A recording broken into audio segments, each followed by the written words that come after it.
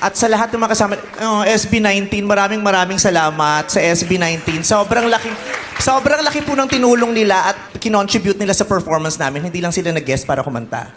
Nakikipag-brainstorm sila sa amin, sumasama sila sa meeting, at pinapahiram nila yung kanta nila mismo. Ano pa nga tayo, di ba? Parang yung may music session, pinapakinggan namin, tapos namimili kami kung anong magandang kanta.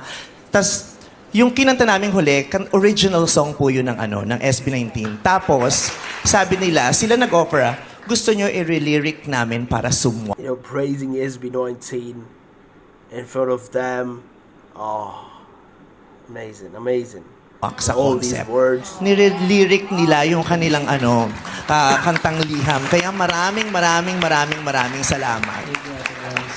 Recognize phenomenal P-pop group SB19, Pablo, Stel, Josh, Ken, and Justine. Thank you very much. May gusto ba kayong i-share? Maraming salamat. Thank you po. Yes, maraming salamat lang po sa opportunity at sobrang na-touch din po kami sa message na to kaya masayang-masaya po kami naging part nito. Binigyan niyo rin po kami ng hope at panibago. Siyempre, pag-asa na pwede namin i-look forward. Ang dami nyo na-achieve pero sa sobrang husay ninyo at sa edad ninyo, ang dami nyo pang pwedeng i-look forward because you guys are limitless. Sobrang galing ninyo, kaya congratulations. At saka, hindi po sila nagpabayad. Ayaw nilang tumanggap ng bayad. Maraming salamat talaga, SB19!